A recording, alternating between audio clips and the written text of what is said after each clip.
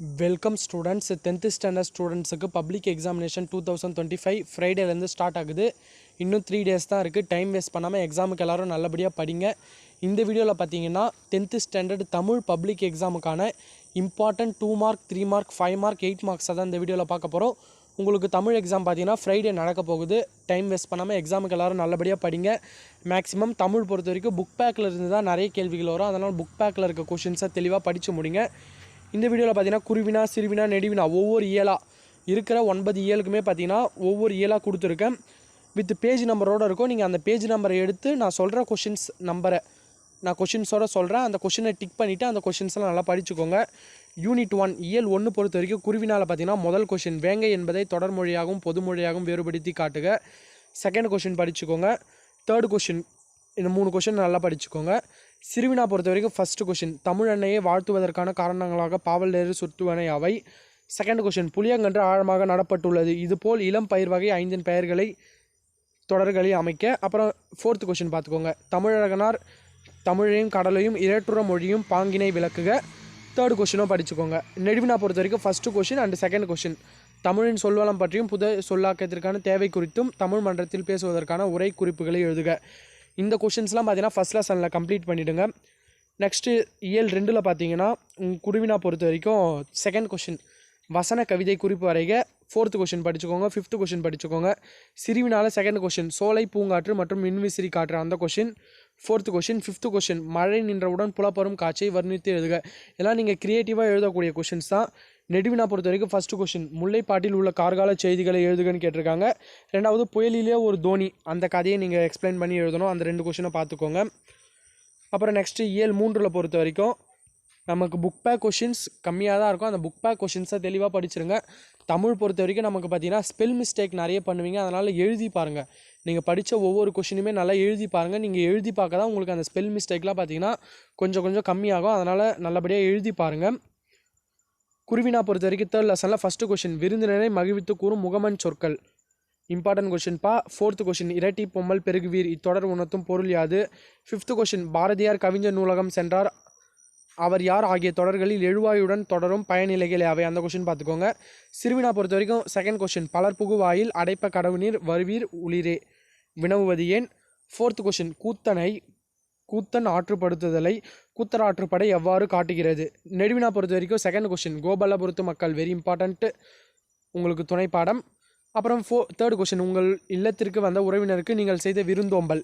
இதை நீங்கள் ஜென்ரலாக எழுதக்கூடிய கொஷின்ஸ் தான். நீங்கள் கண்டென்ட் மட்டும் புக்கில் இருக்க மாதிரி பார்த்துக்கோங்க. நீங்கள் அதே ஆன்சர் தான் எழுதணும்னு இல்லை. நீங்கள் ஓனாக கூட க்ரியேட்டிவாக கூட நீங்கள் அந்த கொஷினுக்கு ரிலேட்டடாக கூட ஆன்சர் பண்ணலாம். நமக்கு திருக்குறள் பொறுத்த வரைக்கும் என்ன கொஷின் முக்கியம்னு பார்த்தீங்கன்னா குருவினால் first question second question.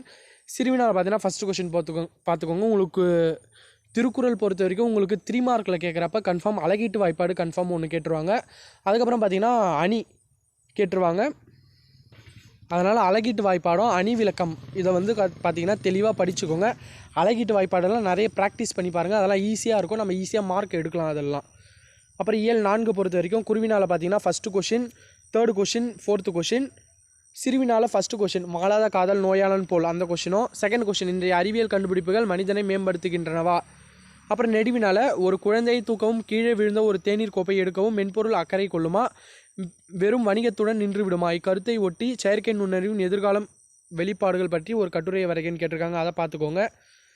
Next இயல் 5வது இயலில் பார்த்தீங்கன்னா உங்களுக்கு குருவினா பொறுத்த வரைக்கும் ஃபஸ்ட்டு கொஷின் அப்புறம் செகண்ட் கொஷின் செய்குத்தம்பி பாவலாரின் கல்வி பற்றிய கருத்தினை முழக்கத் தொடர்களாக்குக.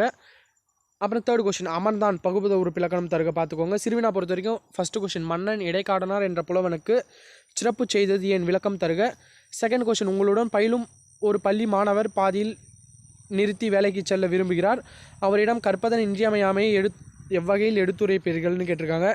நெடுவினா பொறுத்த வரைக்கும் ஃபஸ்ட்டு கொஷின் இறைவன் புலவர் இடைக்காடன் குரலுக்கு செவி சாய்த்த நிகழ்வை நயத்துடன் எழுதுக.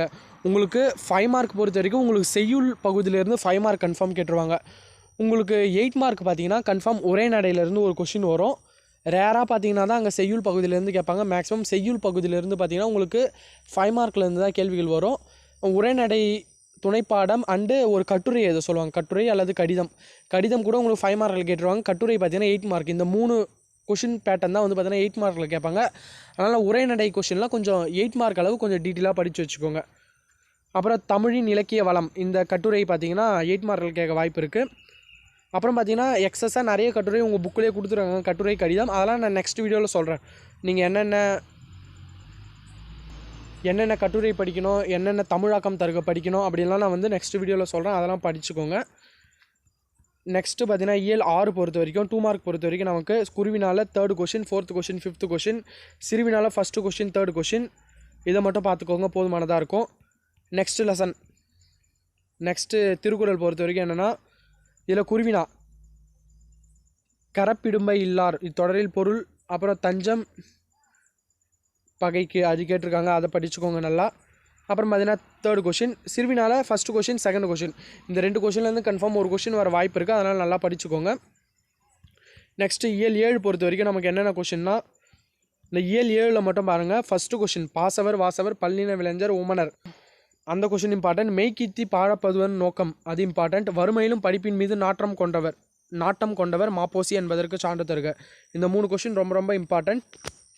நெக்ஸ்ட்டு சிறுவினா பொறுத்த வரைக்கும் 1st கொஷின் பார்த்துக்கோங்க, அப்புறம் 2nd கொஷின், 3rd கொஷின். இந்த 3 கொஷினை தெளிவாக பார்த்துக்கோங்க. நெடுவினா பொறுத்த வரைக்கும் நமக்கு 2nd கொஷின், 1st கொஷின் பார்த்தீங்கன்னா 8 மார்க்கில் கேட்க நிறைய வாய்ப்பு இருக்குது. 2nd கொஷின், 3rd கொஷின், இந்த 2 கொஷினை தெளிவாக பார்த்துக்கோங்க. நெக்ஸ்ட்டு பார்த்தீங்கன்னா இயல், உங்களுக்கு என்ன இயல்னு பார்த்தீங்கன்னா இயல் 8 பொறுத்த வரைக்கும் நமக்கு குருவினால் பார்த்தீங்கன்னா 1st question, 3rd question, 4th question. சிறுவினா பொறுத்த வரைக்கும் 1st கொஷின், 2nd கொஷின். நெடுவினா பொறுத்த வரைக்கும் 2nd கொஷின் காலக்கணிதம் கவிதையில் பொதிந்துள்ள நயங்களை பாராட்டி எழுதுகன்னு கேட்டிருக்காங்க, அதை பார்த்துக்கோங்க. அப்புறம் லாஸ்ட்டு இயல் 9 பார்த்தீங்கன்னா உங்களுக்கு குருவினா பொறுத்த வரைக்கும் 2nd கொஷின் நான் எழுதுவதற்கு ஒரு தூண்டுதலும் அதற்குரிய காரணமும் உண்டு, தொடரை 2 தொடர்களாக்குக. காய்மணியாக முன்னர் காய்ந்தன காய்ந்தேன், ஓமை உணர்த்தும் பொருள் யாது, அதை படிச்சுக்கோங்க.